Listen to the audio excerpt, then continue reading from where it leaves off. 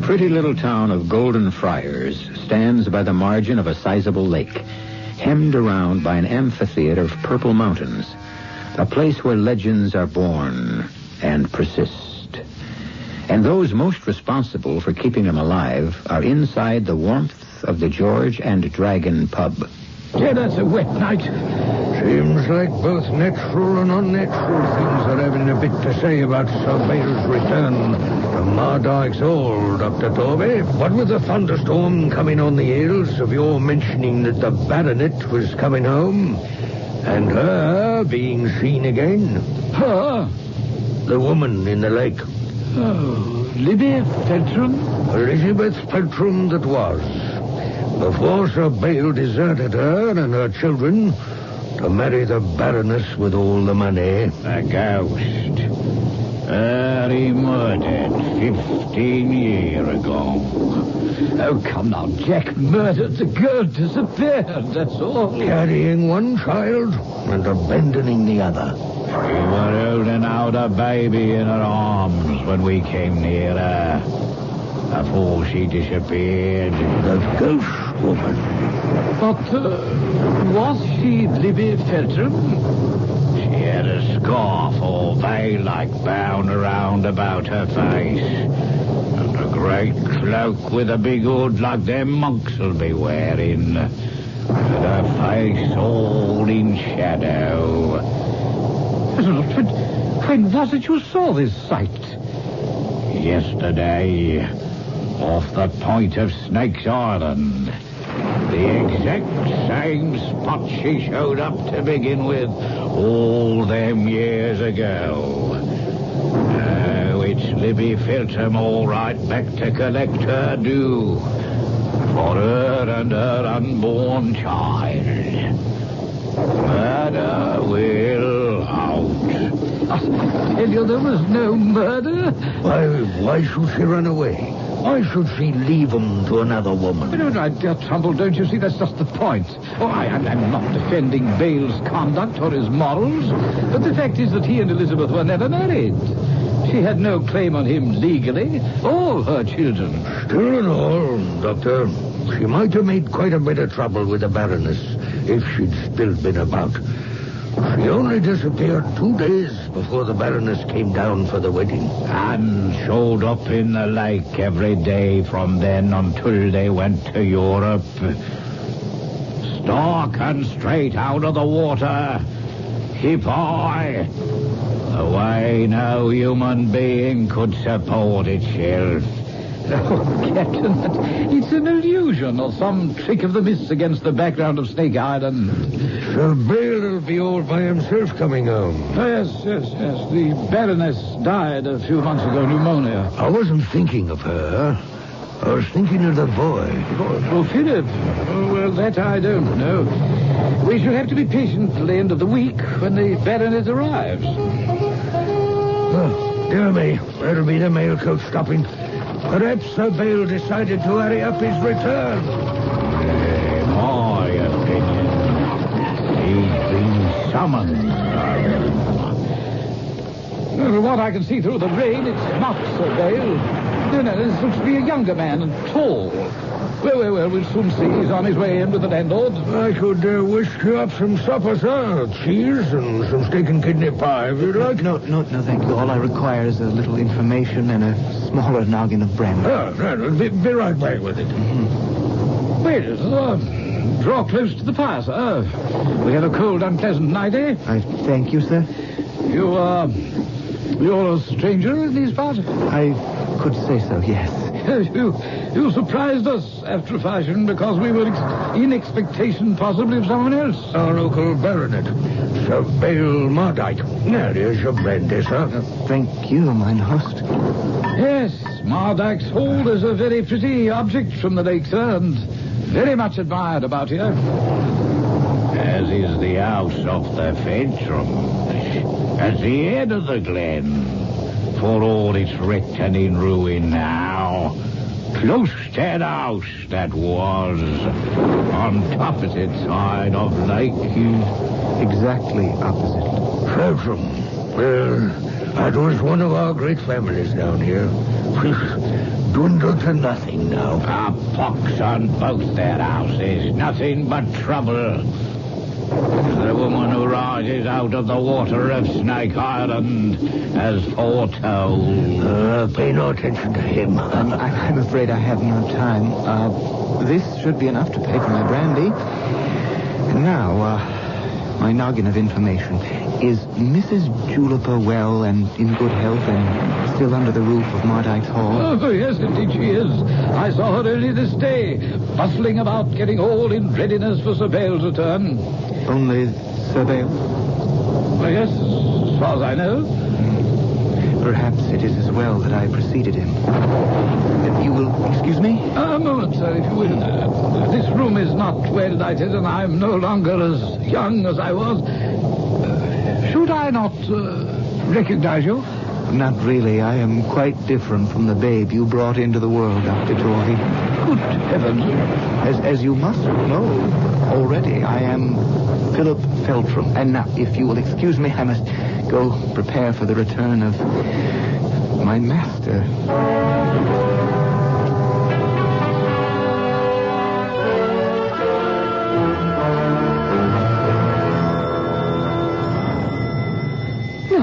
Who can that be?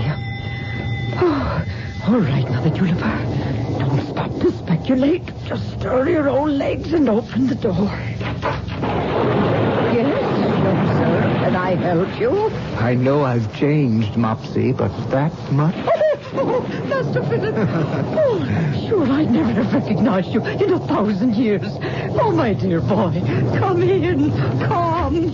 Well, aren't you going to give me a hug?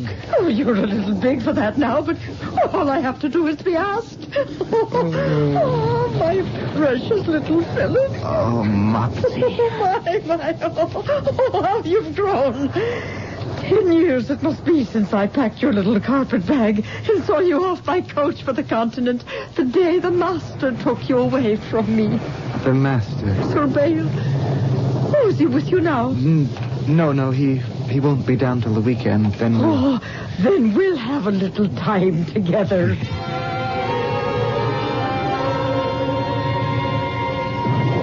So nothing's changed, is it? In all these years? If you mean Sir Bale, I'm afraid not. And the Baroness is dead? All her money gone with her. It'll be a hard row to eke out all our livings here at Mardyke's Hall. He'd never be back here if he weren't desperate. I said nothing was changed. But it isn't true. You are, Philip. Oh, my little Philip.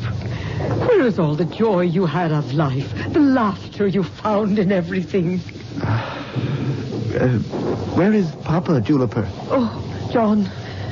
He died 2 years ago. Oh. A quiet, happy death. Don't you miss him? Oh, every moment of every day. But we had 40 years together. A lot of memories for an old lady to live out life on. I still have the same joy for life. The love I tried to give you when I brought you up. When we did, John and me. Before your father took you away from us to Germany. Didn't you find any happiness there, Philip, boy? Judge for yourself. I was not welcomed by my mother-in-law. Perhaps I rested too hard on my father's conscience. No happiness, Mopsy.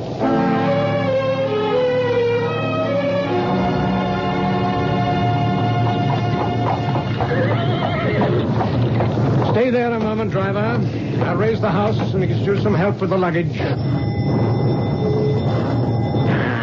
Where in the name of the devil is anyone? Sir Bale! Mrs. Juniper, glad to see you're still alive. Where is my natural offspring? To speak of him as kindly as possible, why isn't he here and ready to greet me? Oh, we didn't expect you tonight. Sir Philip. Sir Philip? Well, I meant Philip. He took the trap over Clouston Way to bring my niece back. If you're to be making your home here, I thought we'd need a little extra Who help. asked you to make arrangements I didn't order? Well, in your letter, you said to make all ready to open the hall. I didn't ask you or Philip to make any plans for me beyond those I issue myself. Well, I'm afraid it's my fault. No, 'tis Philip's. I thought by now I'd taught him to have no mind of his own. Not for want of trying. But you won't succeed. What does that mean? Come here with me. Across the drive and out to the edge of the terrace. There. Look out across the lake toward Snake's Island. I abhor that lake. Water of any kind. I won't. I can't. You must, Sir Bale. Must? How dare you? Because I'm old in your service and not long for this world. She's still waiting for you. Who? Philip's mother. There. See her in the moonlight before Snake's Island. Standing above the water, reaching to you for all the things she never had from you. Libby. Yes, Libby. Elizabeth Feltram. Who do you think it was brought you back here at last?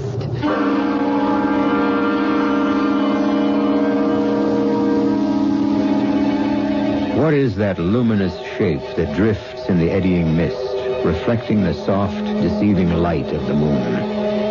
Is it the apparition that gossip believes rises from the lake, crying out for justice? Or is it some trick of refracted light, like the Loch Ness Monster could be, or the spinning disk of a UFO?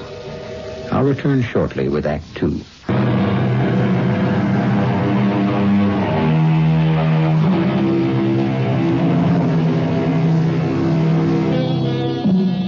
For a long, long moment, a glowering Sir Bale Mardykes gazes across the lake. Then, suddenly, a cloud passes across the moon, and the shimmering expanse of water darkens and disappears. And with it, the specter, apparition, or illusion that seemed to hover over it. As though released from a spell, the baronet turns on his heel, heading back towards the house. The old woman hard put to it to keep up with his rapid pace. All right, driver. You may take all my luggage and file it inside in the hall. When my servant returns, I'll have him put it away where it belongs. Here, take this for your service. Mrs. Julifer, I shall be in the study before a fire to banish this chill from my bones.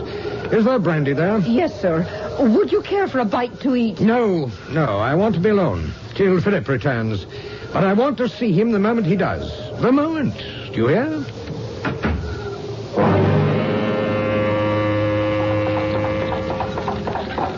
It's coming on to twilight, Mr. Feltram. Maybe we'd better hurry. Not for me. I'm in no hurry to face my employer if he's arrived yet. Now, that's a strange thing to say. Your employer? Isn't that what he is? Well, I don't mean to say anything out of turn, but Mrs. Julifer's my aunt, and I know she brought you up from the time you were 4 till you were 12. Yes.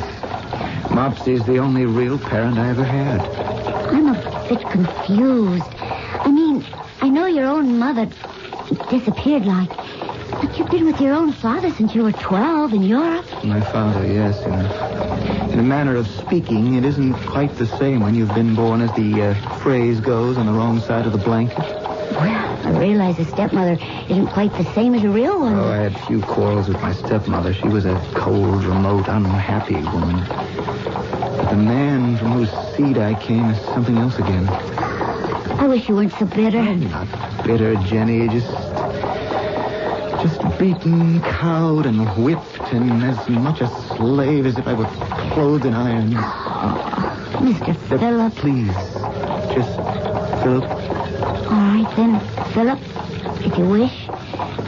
But you mustn't give up on life. Not at our age. There's too much of it left to live. Where anything's possible. Yes, you haven't met Sir Bale yet. And, maybe I had better make a little better time. Whoop, Bessie. Oh.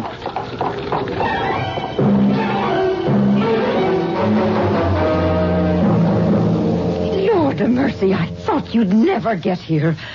What were you up to? Nothing, Aunt Margaret. Oh, well, sure, I wouldn't blame you, the two of you so bright and young, if you had dawdled a bit on the way. That was my fault, Mopsy. Well, glad I am to hear it. Shows you have some spirit left in you, for you'll need it.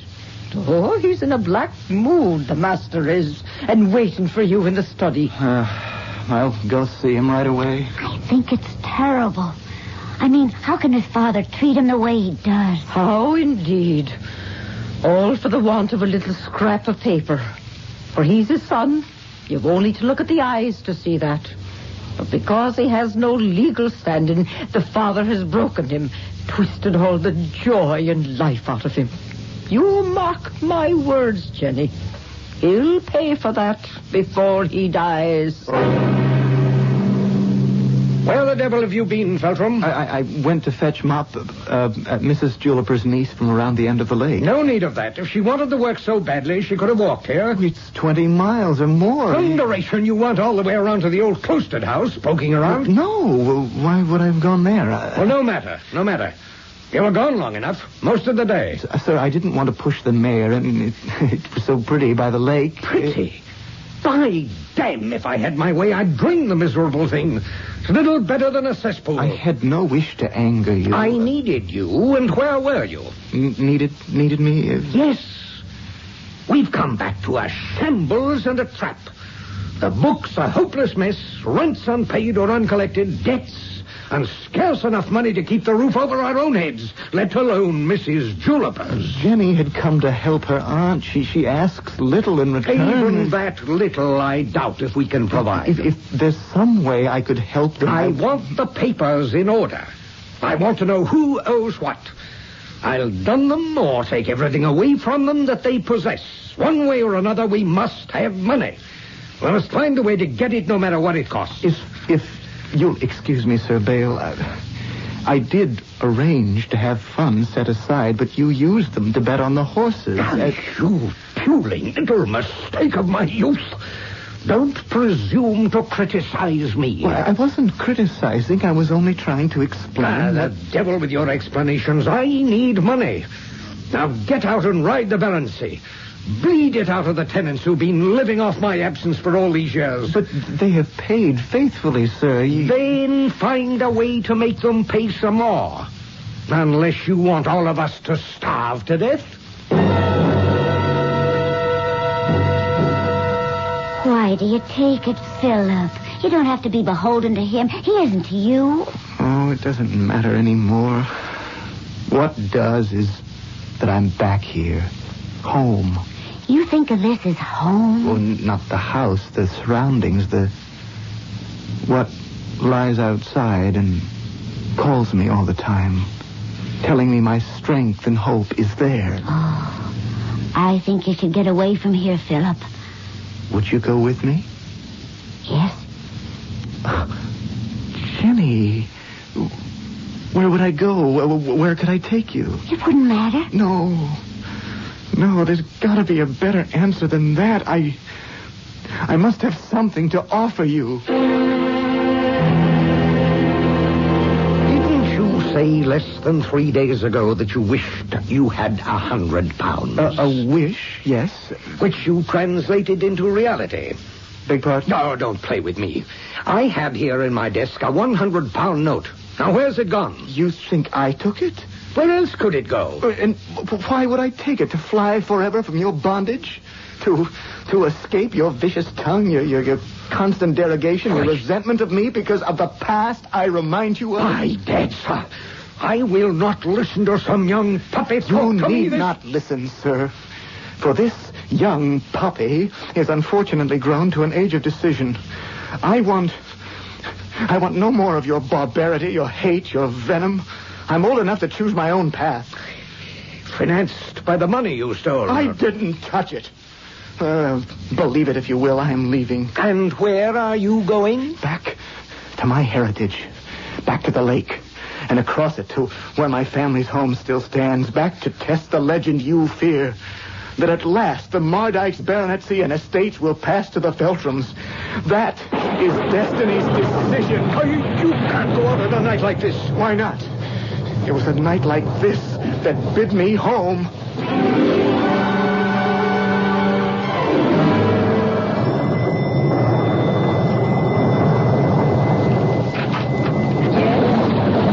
What is it? It be Captain Jack, Mrs. Juliper. And a sad occasion. What is it? What the devil are we being roused from bed for? A corpse, Sir Bale.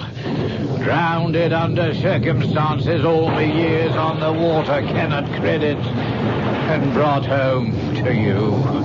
Who is it? Your son, Philip Petram. Give me leave to have my men bring his body in.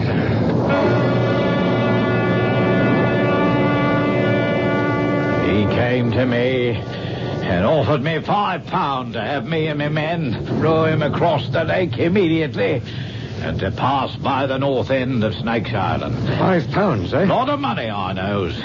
But it was a rough night and I had to pay extra for oars. We were nigh on to Snake Island when a squall hit it suddenly and we broached to, fighting the riptide. Well, that was when we lost him. He fell overboard. Oh, no, Sir Bills, it wasn't exactly like that. There was lightning, as you know, and coming around the point of the island, all of a sudden, like, there was what you might call a illusion. What kind of an illusion? The figure of a woman above the waterline? Oh, no, not that one, sir. This was an hand. A woman's hand that reached up from the water and that Mr. Philip bent over to grasp.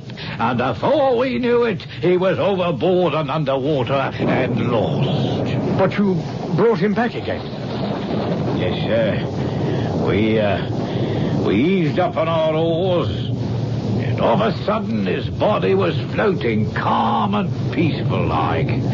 We hauled him aboard. Not a thing we could do. Empty his lungs of water. Try the artificial respiration. Nothing would bring him to. So we brought him home here.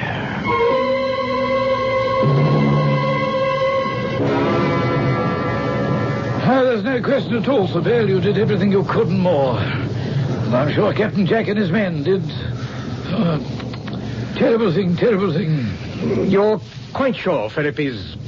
well, that he's drowned? No pulse, no respiration, cold as a lead image in the garden. Oh, no.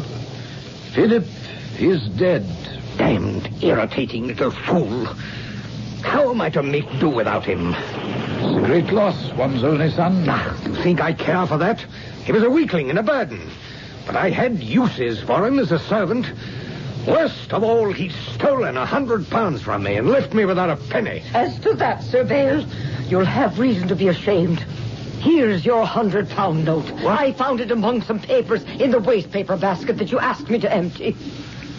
So you drove him from the house for nothing, to his death.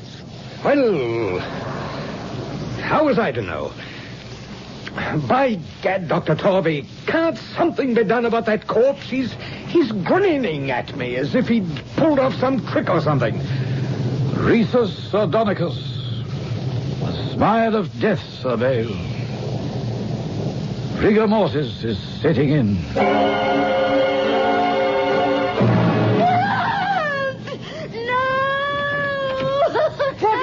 What is it, Jenny Lamb? I went in to have a last look because I loved him so. There he was, rising from the bed. What the devil's all the racket and excitement? You may well raise his name. For look.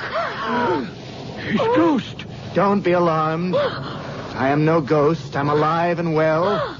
In fact, I have never been in more complete control of my faculties in all my life.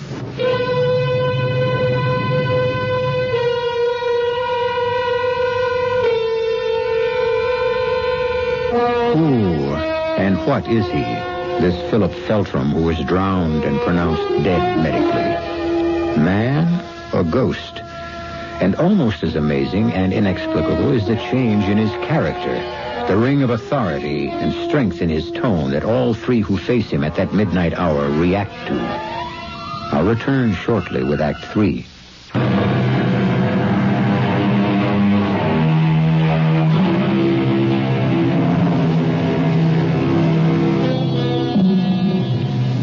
Whatever metamorphosis Philip Feltram had gone through, he is a very different individual from the meek, subservient excuse for a man that he had been.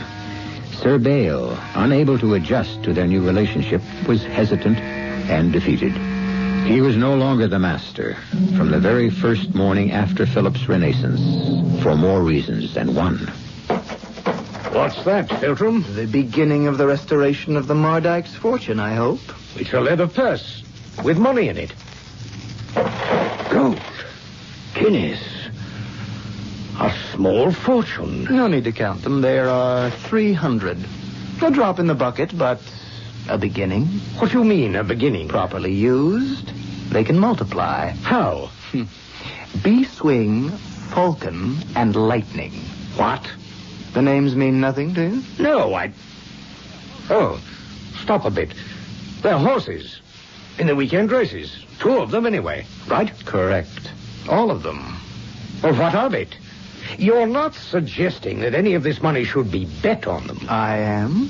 But they're also Rands. They haven't a chance of winning. Would you like this purse of gold? Well, naturally. Where did it come from, anyway? From a gypsy. Lent to me to lend to you under certain stringencies. What? That you use it to advance your fortunes, but that you must bet at least 5 guineas each on the horses I named. And the rest? You may use as you choose, always remembering that the debt must be repaid. When? When the gypsy chooses to call for it. Who is this gypsy? What's his name? I cannot reveal that. Well, I don't know that I want to be involved in something so secretive. What choice do you have, or do you wish me to return the purse? Damn you. No. If it amuses you, keep your secret.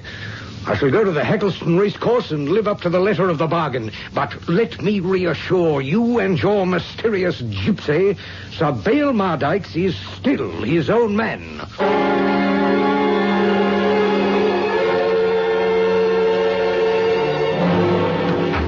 Welcome home, Sir Bale. Good day at the races? Do you ask me that only to vex me? Why, no. I'd heard your horses won. Damn your hide. You heard that, did you? Yes, and at 40 to 1 on Bee's Wing, 60 to 1 on Lightning, and 50 to 1 on Falcon. Now, let me see. At 100 guineas apiece, that should make... I didn't bet that way. I bet the favorites. Oh, that wasn't the agreement. I lived up to the agreement. Rot your soul.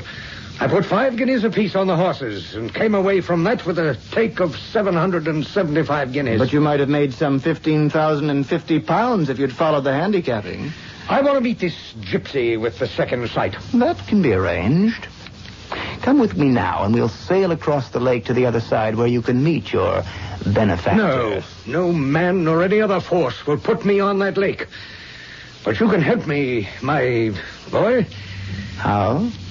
Find me one of your magic winners through this gypsy for next weekend's races, and I'll plunge all this time. I'll let you know tomorrow.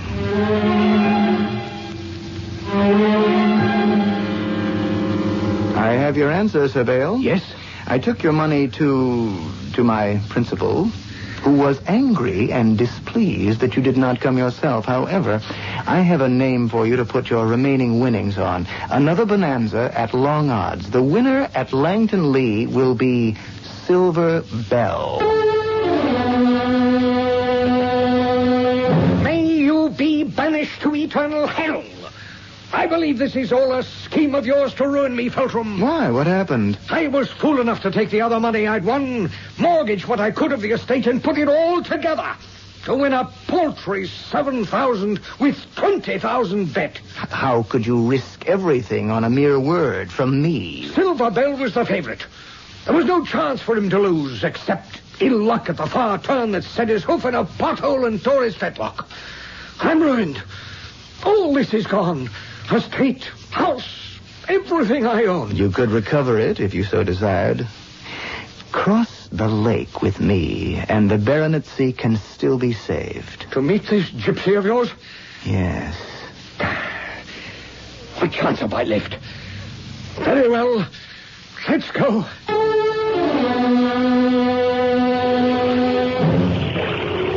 Must we set a course so near that accursed Snake's Island? What have you to fear? Nothing. Well, don't tell me you expect to see the famous specter rise from the sea. I tell you nothing. Get us ashore and meet this mysterious gypsy who holds my life in his hands. A new experience for you. You seem to be enjoying this. Part payment for all you've put me through, perhaps. Where are you taking me, Philip? Philip. Doesn't that name sound strange on your lips after all these years? Have no fear. I'm leading you to one who will restore your fortunes. I think I want to turn back. You can't. The course is set. The die is cast.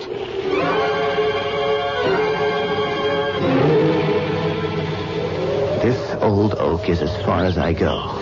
You're not going to lead me? The path is marked. Between the ash trees to the cliffside. From there to the mulberry bush that marks the entrance to the cave. And there? Your future and your past. I don't understand you. All your life a weakling and a burden, and now all of a sudden all this strength. Ever since your accident. How? You remember the fable of Actaeon in Greek mythology? Who drew his strength from the ground and lost it when lifted above it? Exactly. I was drawn into the water, but rose refreshed and invigorated as if newborn. Go seek the one you must find, and you will know why at last. I don't know if I have the courage. You've gone too far to turn back. You can never turn back anymore. You will find the one you seek in the darkling cave.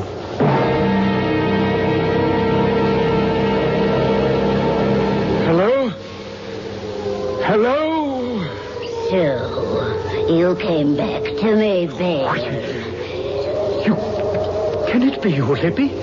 Does my appearance shock you? The eroded flesh, barnacles that cling in my hair, the whitening bones. Oh, Lord. What can I say? Nothing. That isn't why I bade you here. There's no excuse for me, I know, but... Well, I was young. I was foolish and desperate. The Baroness meant money and a future and escape. Escape from me and the 2 children you tore from my body. I took care of Philip. Oh, yes, after your fashion. The one that was never born was less than murder. I was desperate then. How desperate are you now?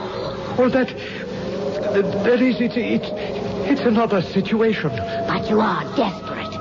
You stand on the brink of ruin. Yes. Then, will you strike a bargain with me? What? Who do you think sent you the purse with the 300 guineas? Or told you the horse that would win? You stared me wrong on the most important one. Of course. Because I had to teach you a lesson and bring you here at last. So we could make a bargain with life. Oh, this is madness. You are long dead and gone. What are we discussing? Your future. And Philip's. And mine. I don't understand. I'll explain it for you. I will give you money again. And I will name you horses which will make you a rich man. And the house of Mardyke secure. On one condition. That you give me what you should have nearly 25 years ago. Your name. What? How can I marry you? You're 25 years dead. Philip has made all arrangements with the vicar. If you meet me at the altar of Golden Friars Church tomorrow night at 8 o'clock, the wedding will be performed. But why now? It's impossible. My dowry will be a purse of gold of 10,000 pounds. And the name of a horse which will ensure Mardyke's and its heirs for all time. Do we meet? I will be there. Whatever else betides, I will be there.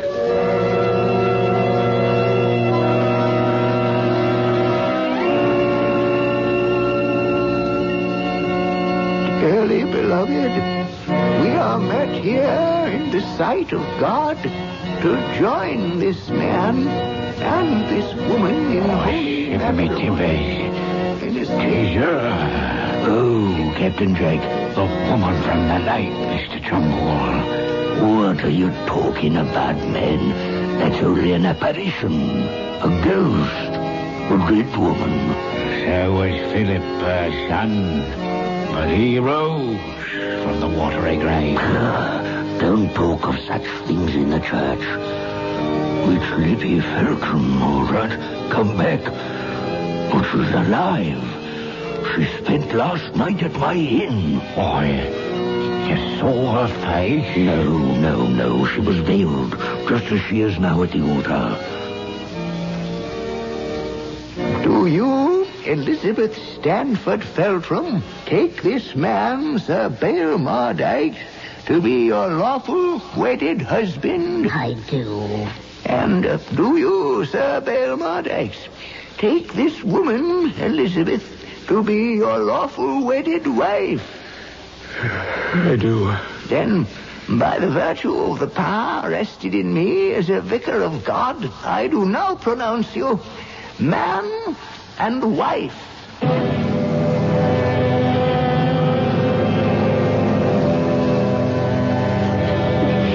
Here, Jenny girl. What are you crying for? It was so beautiful, Auntie. Her coming back after all these years and finally taking her rightful place as Lady Mardyke. I wish my mind rested as easy as yours. And Philip, his rightful name at last. And the stain taken away. Philip Mardyke. Oh, where will the bride and groom sleep this night? Marliam. Nothing would do, but Sir Bale must off to the races his wedding night. Oh, no good to a marriage which starts with gambling. Oh, it was doomed anyway, out of the past. You mark my words, Jenny. There is worse to come. Don't pop your eyes at me, my girl. I'm alone, as you can see. But the Lady Lady Mardykes will not be coming here. Get Philip and have him bring the rest of these heavy bags to my room.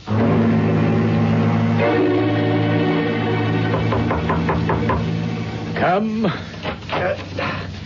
Where do you want these, Father? Put them on the bed with the others. I shall have little enough use for it again. I'll get the door. Oh, they are heavy enough. She gave me 3 horses to parley at unbelievable odds. And £10,000 to wager. There's over $1 million on the bed. More than enough to pay all the debts, set the estate to right, and bury me. Bury you? You heard me. I must join my wife. But her home must be mine.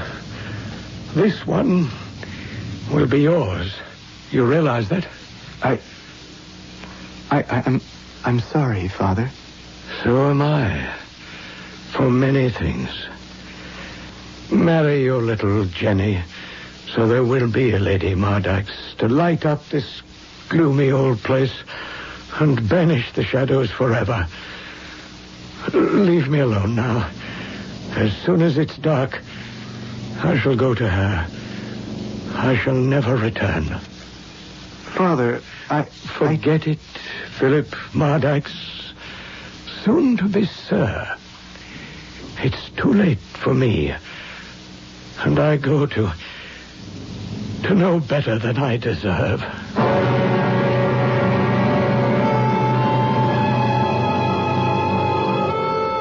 It was 3 days before they found Sir Bale Mardykes floating face downward just off the point of Snake's Island. And when they brought him to shore, the exposure to the air set the corpse's face in that haunting grin of death, the Rhesus Sardonicus. Even the undertaker, with all his art, was unable to wipe it away.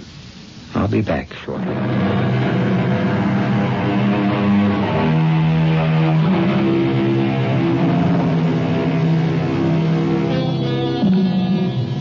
Sir Bale Mardykes rests now in the family crypt, but not alone. For the night following the discovery of his body in the lake, Captain Jack brought up the body of a woman in the same spot. A scarf was wound about her face.